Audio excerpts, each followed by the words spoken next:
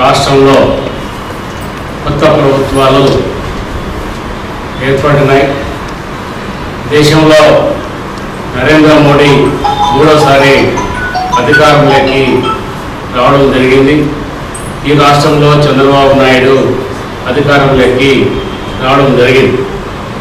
రాష్ట్రంలో కేంద్రంలో double engine సర్కార్ ఉంటే చాలా స్పీడ్గా గాలాక్టిక్ స్పీడ్లో పోతుంది అని చెప్పేసి ప్రజలకందరికీ నమ్మబలుగుతూ ఉన్నారు.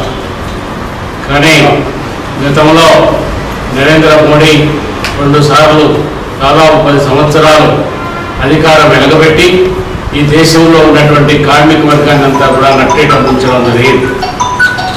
పోరాడి ఆత్మ బలిదానాలతో తుపాకీ గుళ్లకు ఎదురుంటి నిలబడి అనేక పోరాటాలు చేసి సాధించుకున్నటువంటి 44 రకాల కార్మిక చట్టాలను 29 చట్టాలను రద్దు చేసి 4 కోర్సుగా ఏర్పాటు చేసి ఈ దేశంలో ఉన్నటువంటి కార్మిక వర్గాన్ని అంతా కూడా కార్పొరేట్ శక్తులకు బానిసలుగా మార్చి 10 గంటలలో 8 గంటల పని విధానాన్ని 12 గంటల పని విధానంగా మార్చేదానికి ప్రయత్నం చేసినటువంటి కార్మిక వ్యతిరేకి నరేంద్ర మోడీ. ఆయన మళ్ళీ తిరిగి అధికారంలోకి రావడం జరిగింది.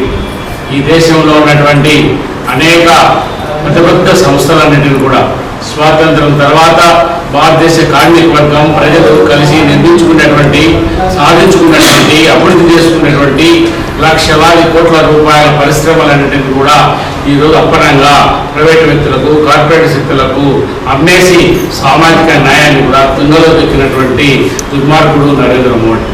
అదే సందర్భంలో ఈ రాష్ట్రంలో ఉన్నటువంటి గతంలో ఉన్నటువంటి జగన్మోహన్ రెడ్డి సర్కారు కార్మికుల ఎడల నీచంగా వ్యవహారం చేయడం జరిగింది. కార్మికులు సమ్మె చేస్తే సమ్మె చేయకుండా ఈరోజు వారిని అణగదొక్కేటువంటి ప్రయత్నాలు చేయడం జరిగింది.